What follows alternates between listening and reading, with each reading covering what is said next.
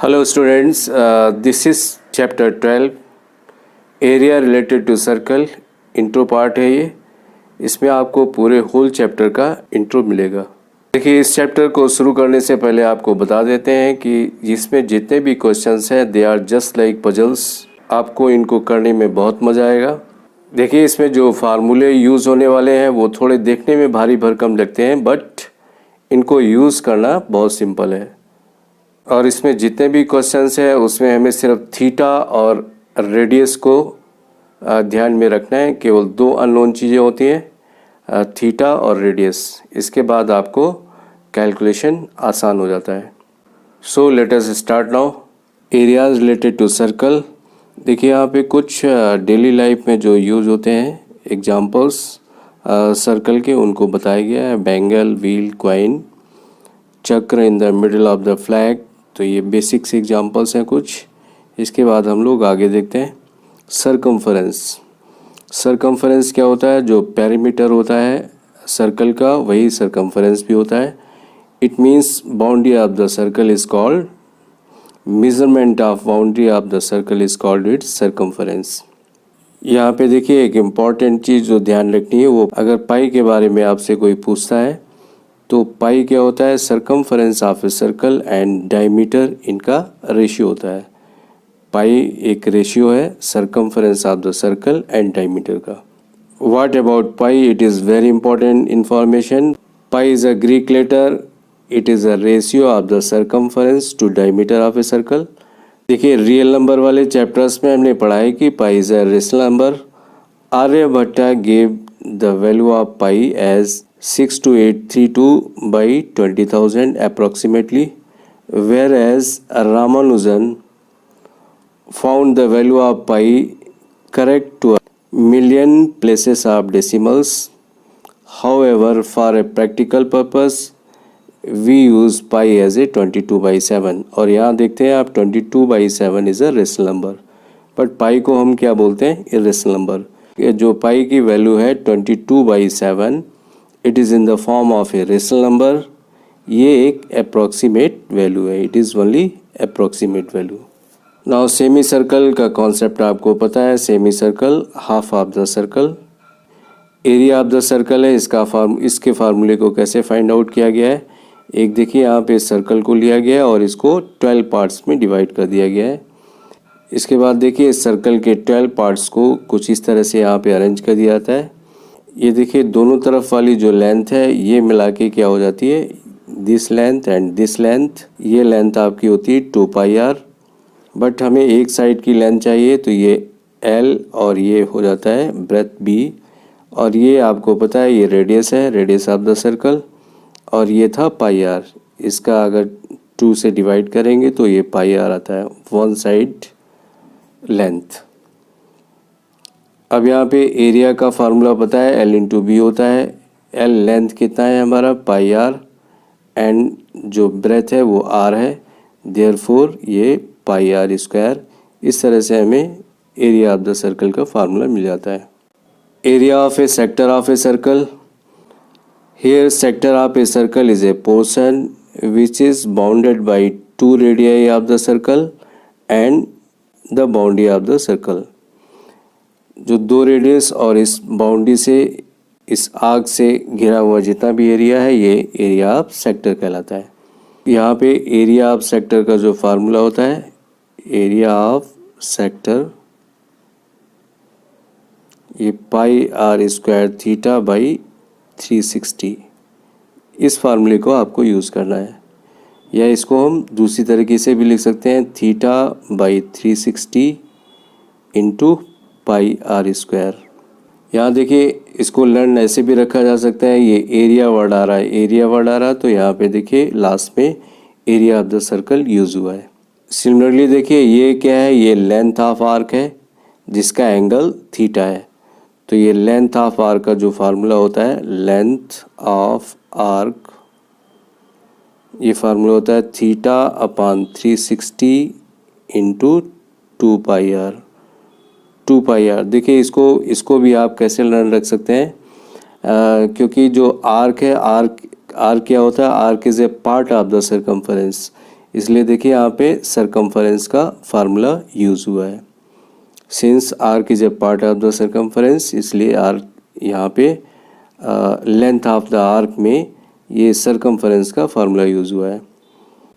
इसी से देखिए मैच करता हुआ अभी जस्ट आपने एरिया ऑफ सेक्टर पढ़ा था। Area of sector, area of sector क्या था, theta by 360 into pi r square. तो देखिए जहाँ पे एरिया वर्ड आ रहा है वहाँ पे एरिया यूज़ हुआ है, और जहाँ पे लेंथ ऑफ आर्क, क्योंकि arc is a part of the circumference, इसलिए ये सरकमफरेंस का फार्मूला यूज़ हुआ है। बाकी दोनों फार्मूले मैच करते हुए इस तरह से आप इसको लर्न रख सकते हैं। सिमिलरली अगर आपको area of ring find out करना है, तो अगर ये कैपिटल आर है और इसका रेडियस, छोटे वाले सर्कल का रेडियस स्मॉल आर है एंड बड़ा वाला सर्कल का रेडियस कैपिटल आर है, तो एरिया ऑफ रिंग ये आपका आएगा पाई आर स्क्वायर, बड़े वाले सर्कल के एरिया में से पाई आर स्क्वायर छोटे वाले सर्कल के एरिया को माइनस कर देते हैं। सेगमेंट के लिए देखिए, अगर हमने एक सर्कल को लेते हैं and A B is a chord, A B एक कॉर्ड है and it is the centre of the circle.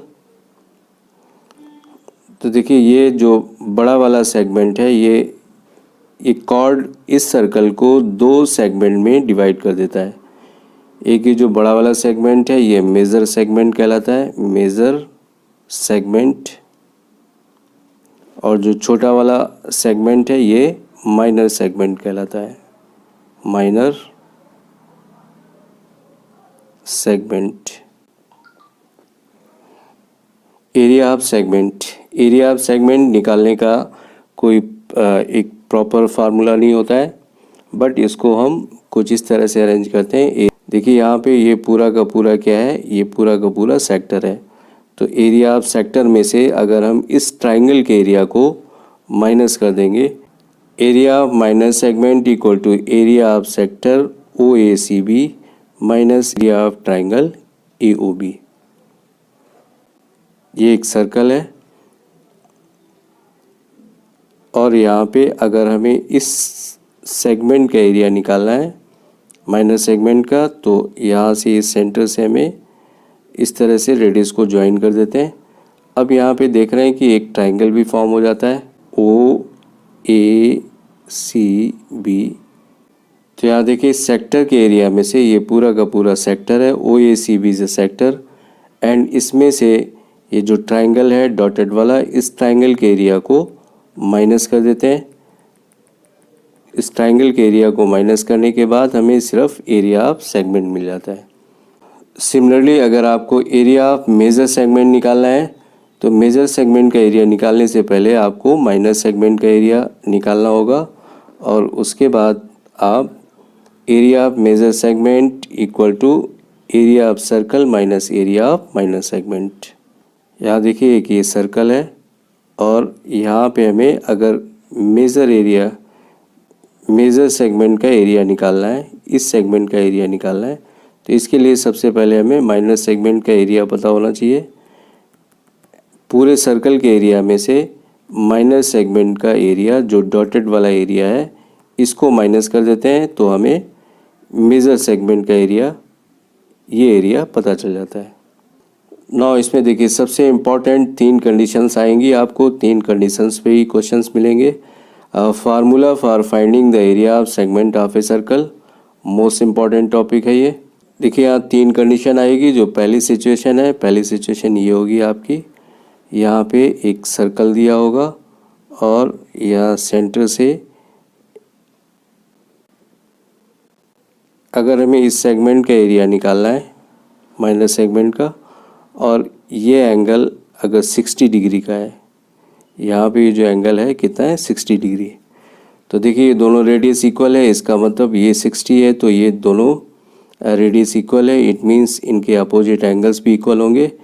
तो 60 180 में से 60 माइनस करेंगे 120 बचेगा, और 120 में ये दोनों एंगल शेयर करेंगे, इट मीन्स ये सारे एंगल 60 और 60 के होंगे। तो if theta equal to 60 degree.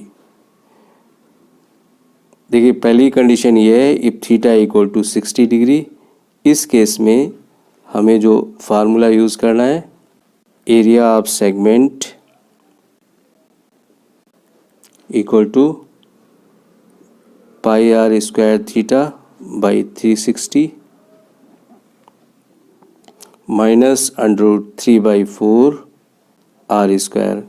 इस फार्मूले को यूज़ करेंगे अगर थीटा आपका 60 डिग्री है। तो क्वेश्चन जितने होंगे उसमें सिर्फ 3 कंडीशंस होंगी आपकी, वो तीनों कंडीशंस बता देते हैं। तो पहली सिचुएशन ये हो जाती है if theta equal to 60 degree. ये जो फार्मूला है आपका, ये एरिया ऑफ सेक्टर का फार्मूला है एंड उसमें से ये ट्राइंगल का एरिया माइनस हो जाता है। इक्विलेटरल ट्राइंगल के एरिया को माइनस कर देते हैं। देखिए जो सेकेंड केस है, if theta equal to 90 degree, ये हमारा सेकेंड केस है। अगर थीटा 90 डिग्री है तो इसमें देखिए यहाँ पे ये कुछ सिचुएशन इस तरह की होगी। यहाँ पे देखिए इस सेगमेंट का एरिया निकालना है। अगर आपका ये थीटा 90 डिग्री है, थीटा इक्वल टू 90 डिग्री, अगर सेंटर एंगल आपका 90 डिग्री का है देन ये आर होगा, ये आर होगा। इस केस में देखिए जो आप एरिया ऑफ सेगमेंट का फार्मूला लाएंगे, area of segment equal to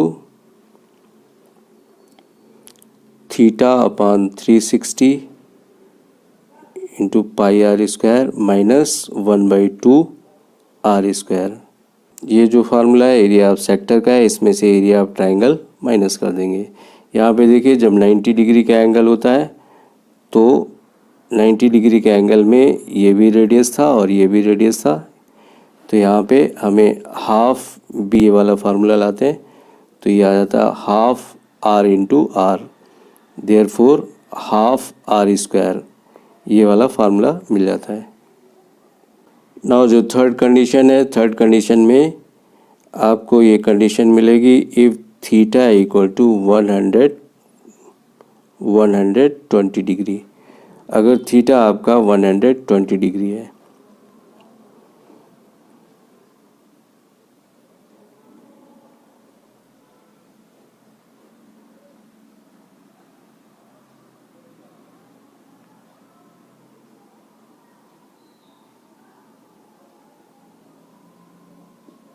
ये रेडियस आर है, ये रेडियस आर है और यहाँ पे थीटा आपका थीटा इक्वल टू 120 डिग्री, ये जो एंगल बनता है 120 डिग्री का बनता है। तो देखिए एक बहुत अच्छी चीज़ है क्योंकि जो फार्मूला आप 60 डिग्री के लिए यूज़ करेंगे सेम फार्मूला आप 120 डिग्री के लिए यूज़ करेंगे, सिर्फ थीटा की जगह आपको 120 डिग्री यूज़ करना है।